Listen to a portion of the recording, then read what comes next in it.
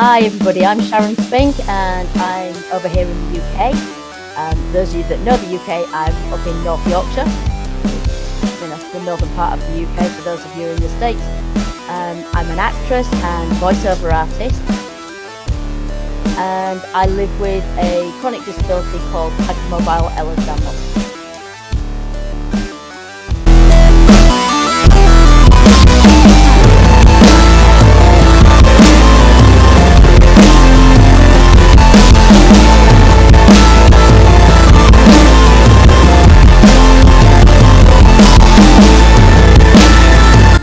Ladies and gentlemen, welcome back to our special edition of United Kingdom edition of the KeithAndrewNetWork. That's right, this whole season will be about the UK. That's right, if you're in entertainment, professional singer, stand-up, anything entertainment, and you live in the United Kingdom or anywhere in the UK, you're more than welcome to be on the KeithAndrewNetWork. For people who want to know, what is the KeithAndrewNetWork? The whole point of my talk show is to show people that even though I have a learning disability, I can still amount to something. And at the same time, I'm able to turn myself into an example for people out there dealing with any types of learning disabilities and disabilities that never give up and prove people wrong. Prove them labels do not dictate who you are and who you want to be. Prove to them you can stand out to something. So hashtag break the labels. That being said, 26 minutes of your time, freedom of speech, self-expression. First question, it's great to catch up with you. How have you been? And you can see our first interview that will be in the description underneath the video. I believe our interview was some time ago. I can actually look it up in the process. But how have you been? Hi Keith, I've been pretty good, yeah. I do live with a chronic disability as well, so that takes its toll some days, but generally, yeah, I've stayed, I say, relatively COVID free. I think I got it right back at the beginning of the first, back in March and stuff last year. But other than that, I've been good. Tried to keep busy, been on plenty of Zooms. I think I spent the last 18 months on Zoom, making new friends, been involved in filming projects, and things like that. So yeah, it's been a good 18 months actually. Oh, absolutely. And actually, I just found it on my phone. Last time you were a guest on my show was season 6, episode 508. Wow. According to YouTube, it says 2 years ago. And yeah, you have 31 views. We have to work on that. We'll definitely have to work on that one. Yeah. yeah. But it's great to catch up after 2 years. It is. Yeah. It felt like it'd been a while, but I wasn't sure if it had been 2 years. But yeah, I know 18 months. I don't think many of us have done very much in the acting industry. It's starting to open up again now. Projects are starting to come in.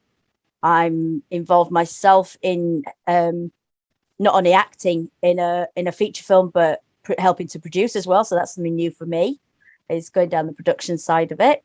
That's interesting because I'm fairly organized with work and things, and knowing how to get a group of actors in one place at one time, which is never easy. Things. No, I can guarantee that there's always somebody who's not available when you need them. It's like when I want to do group interviews. No, I didn't mean to interrupt. I apologize. No, it's good. When I want to do group interviews, it's really hard. I don't like arguing with people. I usually leave it as, hey, surprise, we're going to have another guest with me. Because I tell you beforehand, okay, we're going to do a group interview. No, I don't want to do a group interview. I want my own time. This is about me. No, this is actually my show. And if I want to do a group interview, I can do a group interview. So instead of, no, go ahead. No, I was just going to say, did they want the interview or not? A group or not? But yeah, trying to get actors together. As I said, for this feature film that we're doing, it's called Take Hold. So for anybody that doesn't know anything about it, there is posts on my Instagram feed, which my link's down in the bottom. It's Sharon Spink Act. So if anybody wants to come and have a look, we did an Indiegogo campaign and we did quite well with that one. Borrowed money, begged friends, family, anything like that to get this film funded. And it looks like we've got the go ahead. So we will be starting filming that end of October. Yeah.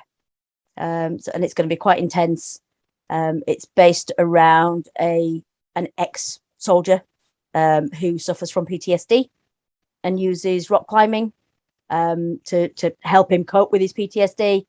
And then culminating at the end with quite a dramatic ending. Not going to give that away. You'll have to watch the film when it comes out. No, absolutely. And if for people who don't like dramatic endings, one thing I will say, never have yogurt with peanut butter and jelly.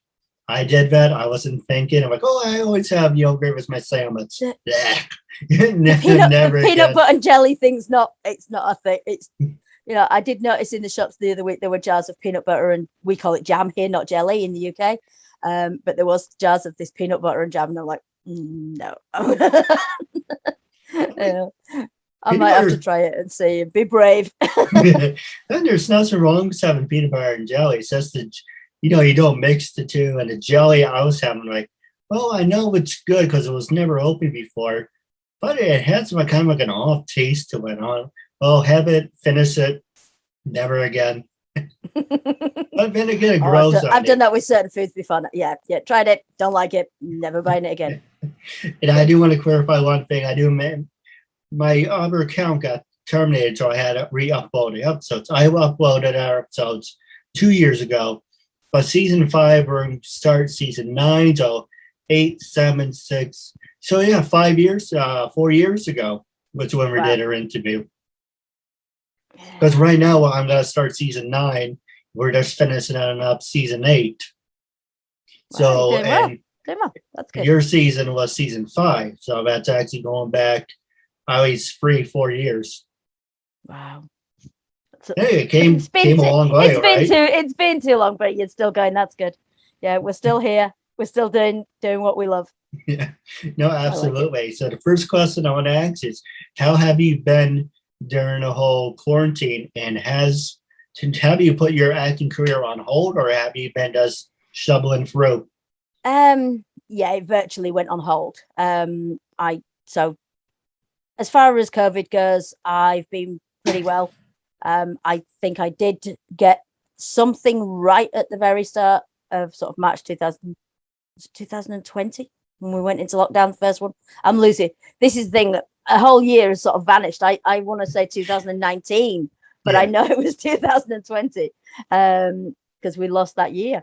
So it was like that whole year just vanished. But I seem to have spent a lot of time on Zoom, just trying to keep busy where I can, keeping my acting skills going. So that's been coming together with other actors, doing script reading, recording monologues. I actually managed to record something to go into it was an online film, and that went out on YouTube and things. I did one of those. That was quite clever. Everybody recorded their own little bits at home, and then the guy edited it all together so it looked like we were talking to each other and things like that. It was really clever. That was a guy called Steve Leeds who did that one. That was so much fun. And then I did another one that was very similar, but that I was playing a detective in that one, and it was trying to solve the murder and leaving it up to the audience. The audience ended up having to vote who they thought was the murderer. I don't think they got that one right. I don't think a lot of people who were under suspicion were accused of murder wrongly. So that was fun. But other than that, my acting classes have carried on. I go to an acting class here in Leeds, but once lockdown hit, then we carried on over Zoom. So that's with a guy called Christopher Toretto, and he runs Northern Elite Acting Studios here in Leeds in the UK. And we've been doing loads. Once we came out of lockdown and could meet up in person, we actually got back filming, which was brilliant. And I think I'm trying to think, we've done 4 or possibly 5 short films in the last 18 months. So we've been pretty busy. And as I say, we're about to do this now do a feature film with him as well. So yeah, I've been fairly busy, even though people have been doing the acting industry closed down. My sister has like, I don't know, sometimes my sister picks good movies and sometimes she has horrible taste. One movie that she made me and my brother watch was Identity. And he said, I don't remember, he said he just hates that movie. And I remember there's a scene in The Simpsons where they're trying to figure out who the killer is. And at the end, they zoom on the dog. And the dog has like the eyes going back and forth. If in doubt, blame the dog. But you never expect a dog being the killer. Well, that's it. You don't know. That's it. It's always the person that you least expect. It's true. So the other question I want to ask you is, how can our fans and listeners follow you on social media? Are you on LinkedIn, Facebook, Twitter? I am. I'm across the board. I even signed up to TikTok the other day that I vowed never to do. But needs must. You will find me most places. It's Sharon Spink Act, so just ACT at the end of my name. So that's on Twitter, LinkedIn, Instagram, Facebook. I think Facebook it's Sharon Spink Actor, because I could get a longer name on that one. But if you put in Sharon Spink Act, it will generally come up. So yeah, you can find me across the board. No, absolutely. Now, I want this to be different from our first time we talked. So, for people who are in the States like myself, you always talk about Madison Square Garden, Nassau Coliseum, Westbury. I mean, it's in a crappy neighborhood, but it's a nice arena. The thing about it's small, but what it's unique about it, sorry to sound an edge, what it's unique about it, it's actually, they have a revolving stage. So you can sit anywhere in the arena. Like, oh, these seats suck. Oh, there we go. I can see something. Because the stage will rotate. So you can sit anywhere. And as long as the stage moves, you're perfect. Now, the neighborhood on the other side being in a Westbury, that could be an improvement. But what are you going to do about it? But the reason I'm bringing up about Westbury, Nassau Coliseum, Madison Square Garden, those are certain names that people from other countries will love to see. So I want to ask you, and because you're in the United Kingdom, what are some of your favorite landmarks? I know Big Ben is one of them, obviously, but what were some of your other famous venues? I'm probably a good couple of 100 miles away from London. So it's not, it's somewhere that I like to go, maybe go look at the tourist stuff, you typical Buckingham Palace, like you say, Big Ben, that sort of things. For me, one place that I do want to go that I've not had chance yet is the Warner Brothers studio down south. And that's because they filmed Harry Potter there. I'm a massive Harry Potter fan. So that's a must for me. But near where I live very close to a town called York, which is very closely linked with the Vikings. So they have an actual Viking museum, that sort of thing. But it's also quite a historical town. So I love going around York as well. Recently, just at the end of, we've just had the summer holidays for the kids. They've just gone back to school. And just before they went back, we went to Blackpool. So we saw the Blackpool Tower, went to the pleasure beach, did all the roller coasters and everything on there. So that for me is probably the closest thing to a big landmark is there. We don't have so many in Leeds. Probably our biggest landmark is Ellen Road, which is the football ground. Most people around here know of Ellen Road. But yeah, Blackpool Tower is, it's a similar style to the Eiffel Tower. For those of you that don't know Blackpool Tower, it looks very much like the Eiffel Tower, but you can go up it. And we didn't, because my youngest daughter is afraid of heights, and they do have a walk of faith in there. They've got a glass floor that's about 250 foot in the air, and she's like, I'm not going up there. So sadly we didn't. We only had to photograph it from down on the ground. But yeah, that was a good landmark to go see.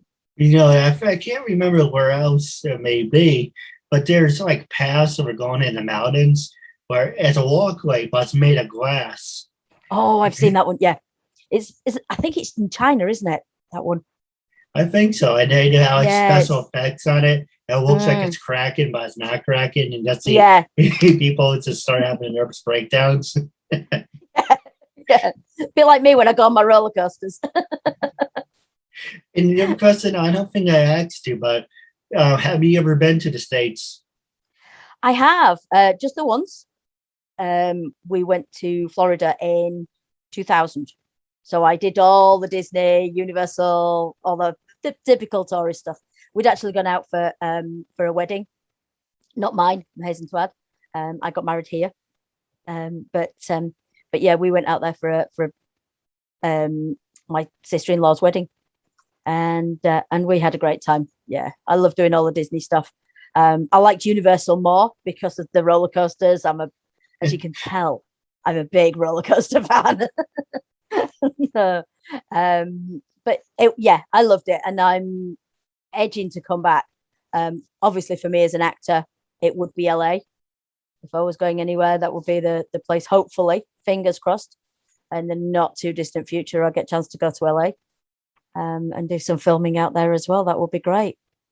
You ever been in New York City, or is it on your things to do list? No, I haven't, because I've heard, I see the pictures of like New York at Christmas and things like that, and I just think, oh, it looks amazing. I would love to come and do New York at Christmas. One thing about, I think it was, oh yeah, New Year's, there are no bathrooms. So good thing you don't have to take a dump or pee anywhere because you would have to hold it for 12 I hours. did not guess. I did not guess. Yeah, I mean, if you do one time, okay, but make sure you're completely empty because you're standing out there for 12 hours. You're like a can of Wow. sardines just to Oh, see a wow. ball drop. Yeah, it's nice, but you Mm. couldn't just have like some porta potties or something, or have some Yeah. like a food stand. You have buildings around here. You have room, and you can make it more festive.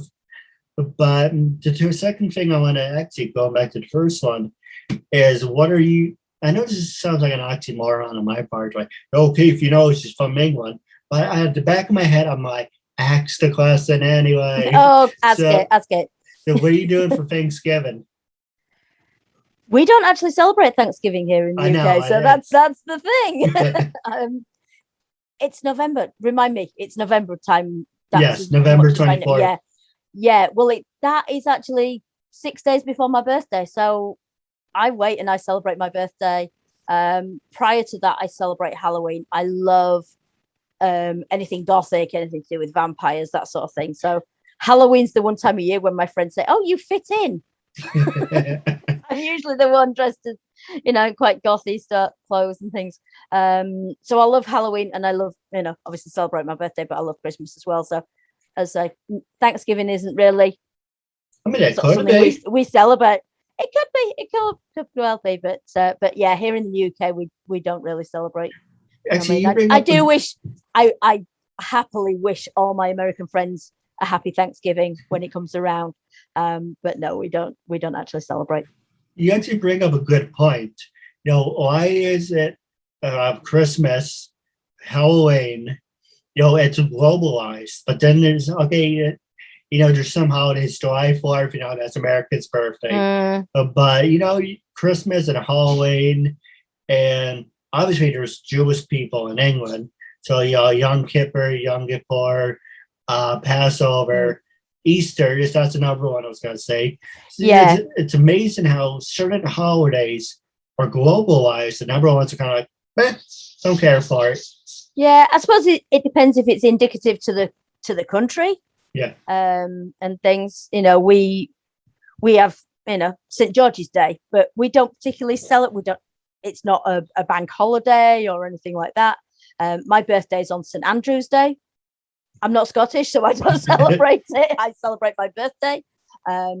So yeah, I think that's probably someone international holidays, like you say, like Christmas and things. But some will just be indicative to certain countries and things. Irish, but I do like St. Patrick's Day. I'm not Irish again. My acting coach is, but he doesn't drink, but he will still celebrate the fact that he's Irish. And we generally do something just to help him celebrate and things. That's true. Yeah, break the stereotypes. Yeah, because he's, I mean, he is proud of being Irish. I'm sure he is. But he doesn't drink. He's, he used to do, but it's something he chose not to do. But we find other ways to celebrate. You don't need to go out and drink 10 pints of Guinness to celebrate St. Patrick's Day.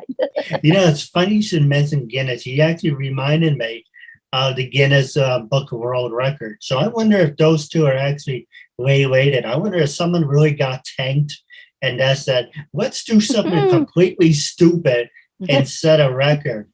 And then possibly, yeah. It's not something I've looked into as to, what was the first Guinness World Record.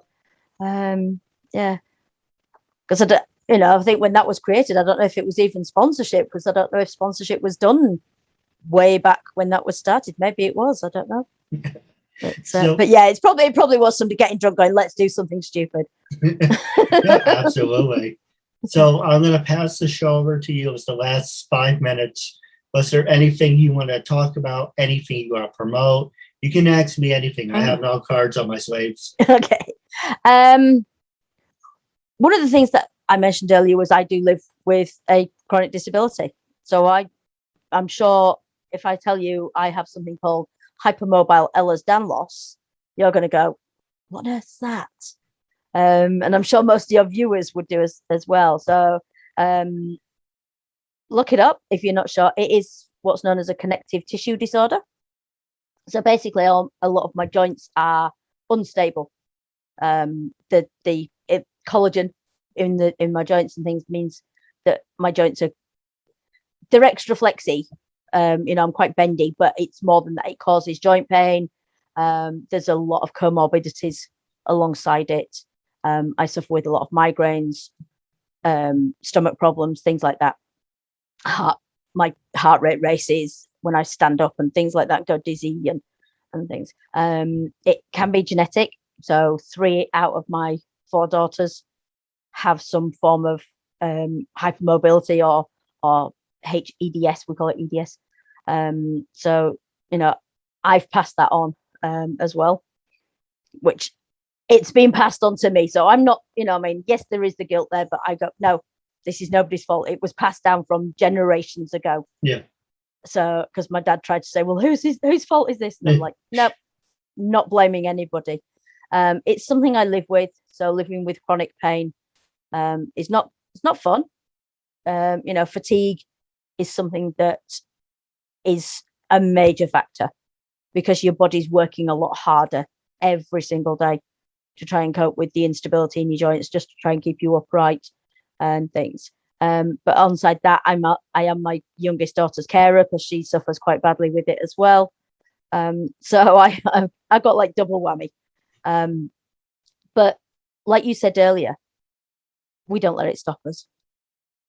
We go out there, my acting is my distraction. I use that. It's a great way. If I'm on set acting or if I'm learning lines or anything like that, I can most times, unless I'm having a really bad day, I can try and forget the pain for a little bit of the time. I do have to be careful. I can push myself. I'm so bad for pushing myself too hard sometimes. I have to remember to pace myself and things. But yeah, I'm like you, I'm out here to go, I'm going to show you what I can do whilst living with a disability and not, I'm living, I'm suffering from. I don't say I'm ever suffering from a disability. I live with it and I do things in spite of it. I will happily sit there flinging a sword around, throwing axes, doing archery. I love doing my stage combat and things, despite being in pain. So that's something that, if people haven't heard of EDS. Then if you're in the UK, there is a website called EDS UK. They're a big charity that are they're looking to research and provide support for people with EDS as well. And it's a totally free service that they run. They're absolutely fantastic charity. So if anybody is suffering from EDS, then look them up if you're in the UK. In America, I think it's the Ehlers-Danlos Society that they have over there in the States for you guys over there. But that's a little bit about me and what I live with on a day-to-day basis. As far as my acting goes, as I say, we're doing the feature film, we're doing Take Hold. I've got Bruised Reflections in several film festivals. Sorry, that's something else. Brain fog. Your brain just switches off and you can't think of words and things. That's part of it. But yeah, that Bruised Reflections is out in a few film festivals. I don't think there's any over in America at the minute. I know I entered one yesterday, and I think that was over in Moscow. And that was quite a good. I was like, oh, okay, that looks a good one. I'll do that one. And then in the new year, I'm being part of a Harry Potter fan series, which I'm very excited about because as I've said earlier, I'm a massive fan of Harry Potter. I actually follows Harry get off the Potter.